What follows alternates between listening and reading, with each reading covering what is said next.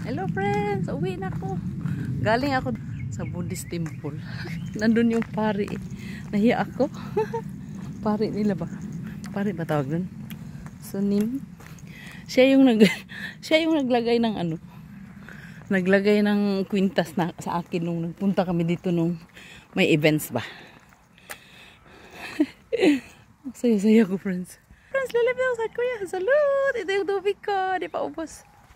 Pauwi na tayo friends. Gusto kong maglakad ng ano eh. 2 hours. Something like that. Kasi I want my fats to be burned. Burn fat. Tama ba yan? Nasaan na yung pusa dito? Nakita niyo ang place namin? Ang ganda diba? Ang ganda rin ng flowers oh. May ilaw pa siya talaga no? Ano kayang ginagawa ng mga Buddhist? Parang gusto kong pag-aralan ng mga Buddhist. Yan yun. Nakatakot naman ay. Kanina nakita ko yung pusa ba? Dalawa. Kinabutan kaya ako no?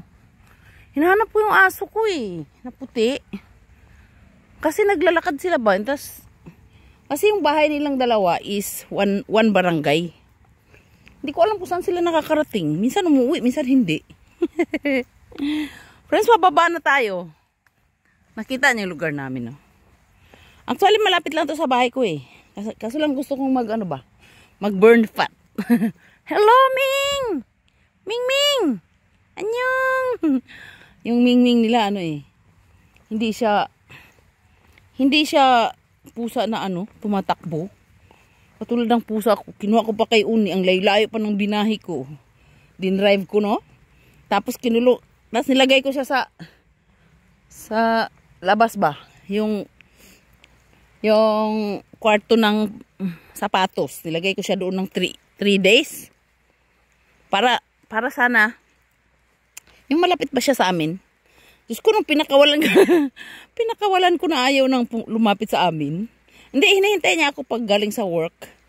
Kaso lang ano, gusto ko siyang hawakan, hindi magpahawak. Tumatakbo. Pero hinihintay ako pag galing ako sa work. Nakikita ko siya. Naghihintay, nakangiti naman. Ito yung bahay ng Uni ko friends, kasama ko sa Subangso. Sa fire station. Yung bahay nila oh. Yan oh. Ito ang bahay nila.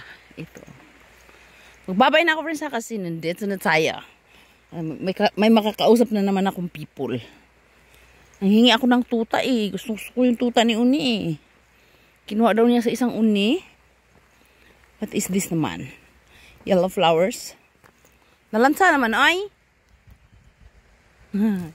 Nalansa na siya. Gandang lugar ko no. Nakita niya. Bye bye! Lilibiw sa Kuya. Salud! Gabi na! Alas 8 na. Alas 8 na siguro. Uwi na kami. Ang asawa ko naghintay doon sa farm. Hintay niya ako kasi ayaw niya nang umakyat sa Buddhist temple. Kasi masyado daw malayo. Tinatamad na. Tingnan daw niya yung kanyang farm. Yung beans farm niya. Okay, bye-bye friends. Annyeonghaseyo. Bye-bye.